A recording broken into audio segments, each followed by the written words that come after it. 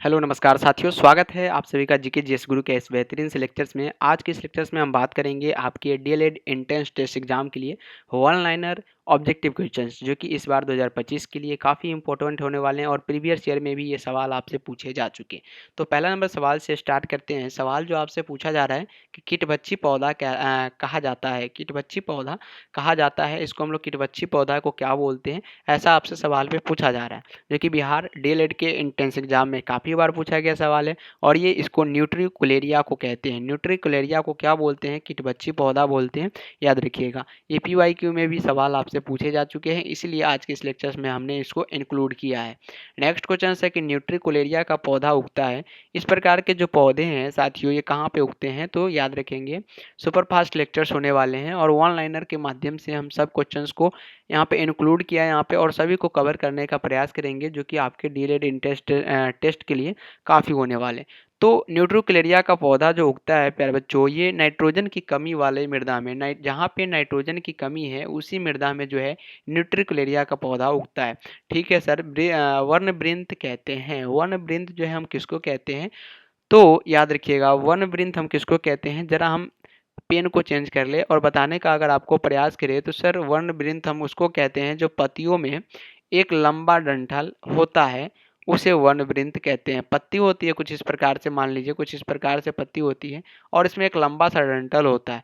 तो लंबा सा डंठल को हम लोग क्या बोलते हैं यहाँ पे? पर्णवृंत बोलते हैं। ठीक है, समझ में आ गया होगा। जाइलम या दारू क्या है?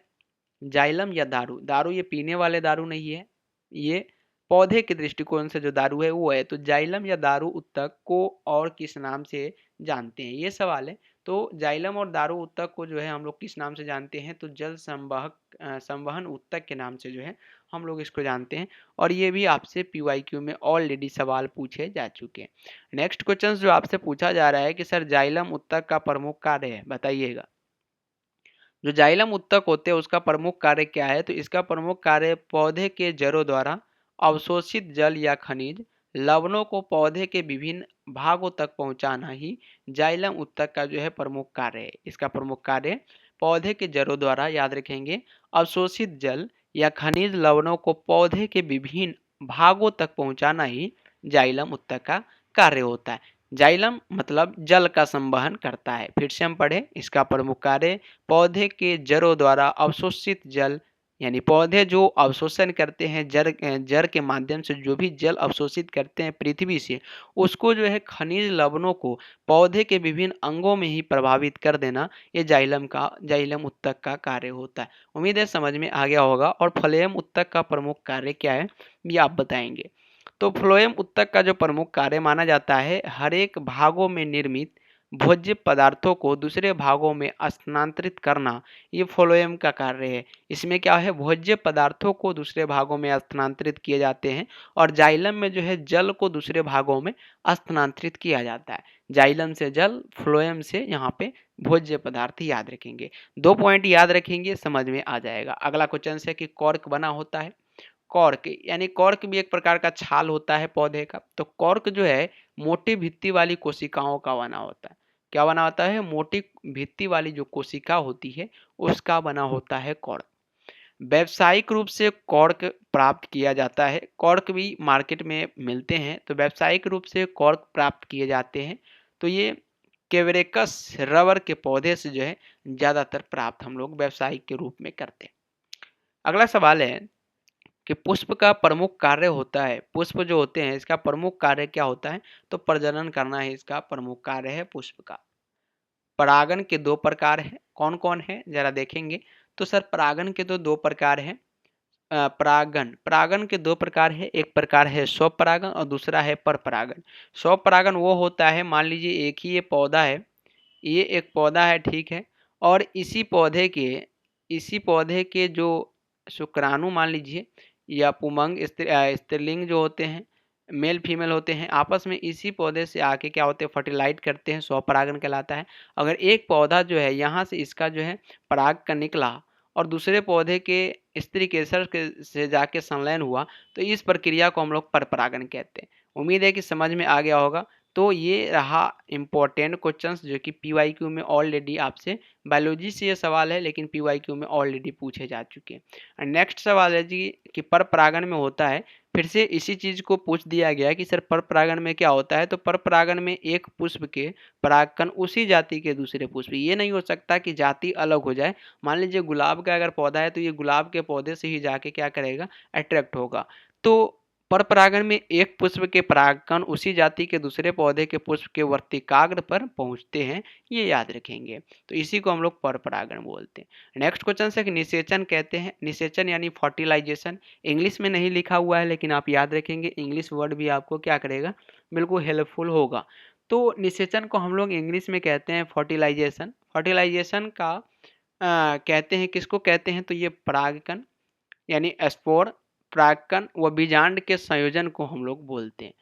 उसी प्रकार अगर हम मानवीय रूप से देखें तो मेल के जो गैमीट होते हैं उसका यानी शुक्राणु का, और फीमेल के जो गैमीट होते हैं अंडाणु, उसका संलयन हम लोग निषेचन कहते हैं। नेक्स्ट है कि फल का निर्माण होता है, तो अंडाशय से फल का निर्माण होता है, हमेशा याद रखिएगा। अंडाशय से क्या होता है, फल का निर्माण होता है। और बीजांड से क्या होता है, बीजांड से तो ये बीज का निर्माण करता है, बीजांड बीज का निर्माण करता है, अंडाशय जो है फल में परिवर्तित हो जाता है। नेक्स्ट है हेलियोसेंट्रिक थ्योरी का प्रतिपादन किया। हेलियोसेंट्रिक थ्योरी का जो है प्रतिपादन कॉपरनिकस ने किया था। किसने किया था, कॉपरनिकस ने। ठीक है। लोलक की कलावधि, लोलक की कलावधि क्या होती है, तो लंबाई के ऊपर निर्भर करती है लोलक की कलावधि। सूर्य से पृथ्वी की दूरी लगभग है, सूर्य से आपसे जो है पृथ्वी की दूरी पूछा जा रहा है, तो सभी को पता है 149 के पावर 8 मिलियन किलोमीटर। ये कुछ अलग ही डाटा है, याद रखिएगा। अगला क्वेश्चन है कि सर दूध से दही का बनना उदाहरण है। दूध से अगर दही बन गया तो ये भौतिक परिवर्तन है। क्या है, दूध से दही बनना भौतिक परिवर्तन के अंतर्गत आता है। अंतरिक्ष में मोमबत्ती में ज्वाला उत्पन्न नहीं होता। अंतरिक्ष में क्या होता है, मोमबत्ती में जो होते हैं ज्वाला उत्पन्न नहीं होता है, क्योंकि अंतरिक्ष में गुरुत्वाकर्षण नहीं होता है। जो अभी फिलहाल में सुनीता विलियम्स गए थे तो वहां पे जो हुआ था, अंतरिक्ष में उसको गुरुत्वाकर्षण नहीं मिल रहा था। अगर आप खाना भी खाएंगे तो आप ऐसे ही छोड़ दीजिए और उसको आपस में अंदर की ओर, मुंह के अंदर की ओर दबाव डाल के अंदर की ओर उसको लिया जाता है। तो गुरुत्वाकर्षण के कारण हर एक चीज, मानव भी वहां पे ऐसे ही तैरता रहता है, याद रखिएगा। सोना भी होता है तो वो यंत्र में बंधे बैग के अंदर वो सोते हैं। तो अंतरिक्ष में जो मोमबत्ती का ज्वाला है उत्पन्न नहीं होता है, क्योंकि अंतरिक्ष में गुरुत्वाकर्षण ही नहीं है, तो ज्वाला उत्पन्न बिल्कुल भी नहीं होने देगा। अगला है कि हेलियोसेंट्रिक थ्योरी के अनुसार जो है ब्रह्मांड के केंद्र है सूर्य है। हेलियोसेंट्रिक थ्योरी के अनुसार ब्रह्मांड का केंद्र क्या है सर, सूर्य है। अंतर्राष्ट्रीय मात्रक में बल की इकाई बताइएगा। तो अंतर्राष्ट्रीय मात्रक में जो बल की इकाई होते हैं न्यूटन प्रति मीटर होता है। नेक्स्ट है कि जब अर्धचंद्र अर्धचंद्र होता है, अर्धचंद्र मतलब आधा चांद, याद रखिएगा, तो सूर्य पृथ्वी तथा चंद्र के बीच का कोण कितना हो जाता है, तो 90 डिग्री हो जाता है। 90 डिग्री कहने का मतलब कुछ इस प्रकार का, ये हुआ इसका 90 डिग्री। द्रव्यमान, आयतन और भार, क्षोभ मंडल को कहा जाता है, तो ये परिवर्तन मंडल इसको हम लोग बोलते हैं। ठीक है। नेक्स्ट क्वेश्चन जो आपसे पूछे जा रहे हैं कि एक युक्ति जो इलेक्ट्रिकल ऊर्जा को यांत्रिक ऊर्जा में बदलती है। एक युक्ति है जो इलेक्ट्रिकल यहाँ पे ऊर्जा को यांत्रिक ऊर्जा में बदलती है, उसको हम लोग विद्युत मोटर कहते हैं। जब काफी ऊंचाई पर उड़ रहे विमान से आकाश को देखा जाता है तो यह दिखता है, नीला दिखता है, याद रखिएगा। ये भी आपके डीएलएड टेस्ट में पूछे गए सवाल है। घड़ी में एस्फेटिक क्रिस्टल कार्य करता है, तो प्रकाश विद्युत प्रभाव पर घड़ी में एस्फेटिक क्रिस्टल कार्य करते हैं। नेक्स्ट क्वेश्चन जो आपसे पूछे जा रहे हैं कि प्रत्येक क्रिया के समान व विपरीत प्रतिक्रिया होती है। ये सारे नियम किसका है, तो न्यूटन बाबा का है। न्यूटन ने कहा था कि प्रत्येक क्रिया के समान विपरीत प्रतिक्रिया होती है। ये न्यूटन की गति का विषयक नियम है, तो ये न्यूटन की गति के तृतीयक नियम है। आप किसी भी चीज को, मान लीजिए आप नाव पर चढ़े हुए हैं और एक प्रेशर दे रहे हैं आगे की ओर, तो आपको भी एक प्रेशर पीछे की ओर देना पड़ रहा है, तभी नाव जो है आगे की ओर बढ़ रही है। यानी प्रत्येक क्रिया के लिए समान विपरीत प्रतिक्रिया जो है देना ही पड़ता है। तो ये तृतीय नियम के अंतर्गत आता है और सभी नियम न्यूटन बाबा का दिया हुआ है, जो कि इसी पे मानते हैं हम कि पूरा फिजिक्स आधारित है। एक लड़की, सवाल में है, एक लड़की झूले पर बैठकर झूल रही है। यदि लड़की एकाएक खड़ी हो जाए तो दोलन का काल जो होगा कम हो जाएगा। आप झूला झूल रहे हैं, मान लीजिए ये झूला है आपका और यहाँ से आप झूल रहे हैं और यहाँ पे आप बैठ के झूल रहे हैं, ठीक है। अगर आप यहाँ पे क्या हो जाए, इसी के साथ जो है अगर आप खड़ा हो जाए यहाँ पे, तो इसकी दोलन बिल्कुल है कि ये कम हो जाएगी, याद रखिएगा। गतिमान वस्तु में होता है गतिज ऊर्जा होता है, सिंपल सी बात है। हम चल रहे हैं तो हमारे अंदर गतिज ऊर्जा है, हम अगर खड़े हैं तो हमारे अंदर एस्थेटिक ऊर्जा है। तो ये लॉजिक वाला सवाल बनता है आपसे और ये डीएलएड में पूछे जाते हैं। एनीमोमीटर का उपयोग किसे मापने में किया जाता है, तो ये पवन का प्रवाह मापने में किए जाते हैं। किसी पाइपलाइन के केंद्र पर स्थित किसी कण का वेग होगा तो ये हमेशा अधिकतम होगा। किसी पाइपलाइन के केंद्र पर स्थित किसी कण का वेग होगा तो ये भी अधिकतम होगा। एक व्यक्ति एक दीवार को धक्का देता है, मान लीजिए एक व्यक्ति है, एक दीवार को यहाँ पे धक्का दे रहा है पर विस्थापित करने में असफल रहता है, इस दीवार को ये किसी अन्य जगह पर नहीं कर पा रहा है, उसी जगह की उसी जगह है, तो वह करता है, कोई भी कार्य नहीं करता है। मान लीजिए आपके पास जो है ये 50 कुंटल का कोई वस्तु है, आपको किसी ने कहा कि इस वस्तु को उठाकर यहाँ पे डाल दो, लेकिन आपसे ये वस्तु उठ ही नहीं रहा है, तो आप कितना भी कहेंगे कि ये कार्य हमने किया बट नहीं हुआ, तो यानी आप जीरो के बराबर है, कोई भी कार्य नहीं कर पाते आप। मतलब इस वस्तु के लिए तो आप कोई भी कार्य नहीं न किए, कोई भी कार्य नहीं करता है। किसी वस्तु का संवेग निर्भर करता है, तो सर संवेग जो निर्भर करते हैं वो द्रव्यमान यानी मास पर और वेग पर यानी वी पर, दोनों पर जो है निर्भर करता है, ठीक है। जब कोई तरंग एक स्थान से दूसरे स्थान तक जाती है तो वो परिवहन करती है। एक स्थान जब कोई तरंग है, इस प्रकार की तरंगे है, वेव है, और एक स्थान से यहाँ पर आई तो ये ऊर्जा का क्या किया, परिवहन किया। ऑप्टिक फाइबर को आमतौर पर प्रयोग किया जाता है संचार के रूप में। जब ध्वनि तरंगे चलती है तो ये अपने साथ ले जाती है, ऊर्जा ले जाती है। काफी बार हमने ये क्वेश्चंस आपको कराए हैं।